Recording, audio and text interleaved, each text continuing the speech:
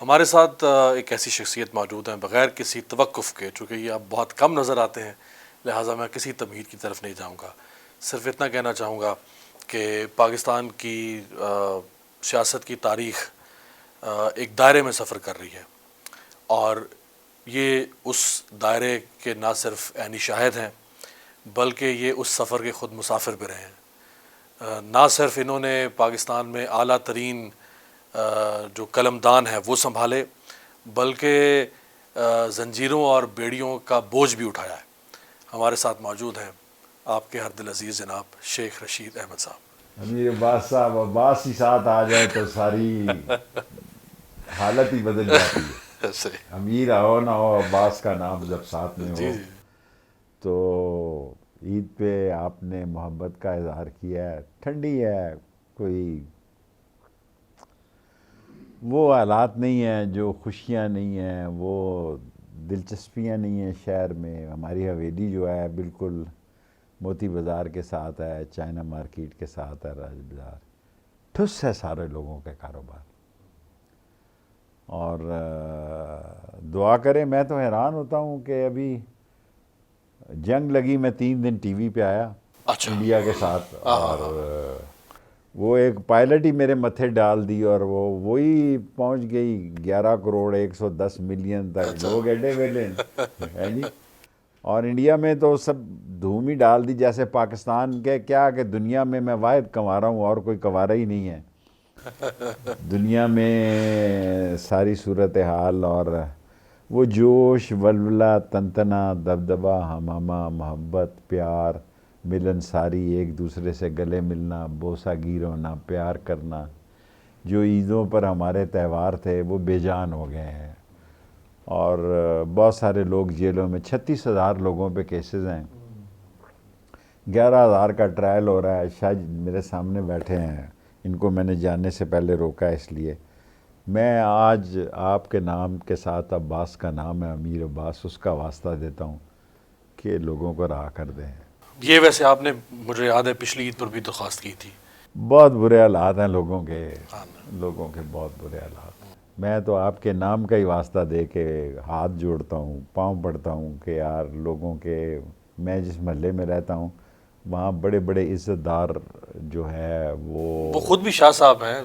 چلے میرے بس نام کا جو بھی واسطہ. ہے میں تو آپ کے تھرو ہی کہہ سکتا ہوں نا. باقی تو بڑے شاہوں تک نہیں میں جانا چاہتا. میں تو اپنا مولا علی کے صدقے یہ چاہتا ہوں کہ اللہ تعالیٰ اس ملک پہ رحم کرے، اور جو بے گناہ لوگ بیچارے کلفی والا، ربڑی والا، دہی والا، دودھ والا اندر ہیں، ان کے بڑے برے حالات ہیں. چونکہ آپ تو میں آپ کے اس درد کو محسوس کر سکتا ہوں جو آپ عام آدمی کا بیان کر رہے ہیں، کیونکہ آپ خود گزر رہے ہیں اس سے پیشیاں. میں آج باہر نکلا آپ کے اس انٹرویو کے لیے، 3 آدمی ایسے مجھے ملے ہیں کہ ان کا چھوٹا بھائی اندر ہے، اور کہتے ہیں جی کیا عید ہے ہماری شیخ صاحب، ہمارے گھر تو ایک ٹائم کھانا بھی نہیں پکتا.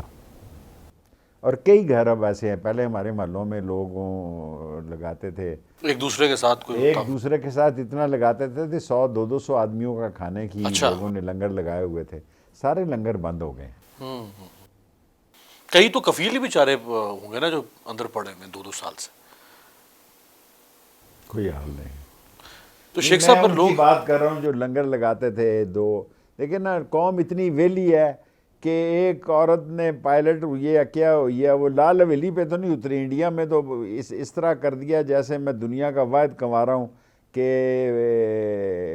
11 کروڑ 10-20 لاکھ تک لوگوں نے ابھی تک ان دنوں میں لگا دی. اور شکر ہے ہم نے ایک جنگ جیتی ہے، ان کو ایک قرار واقعی سزا دی ہے.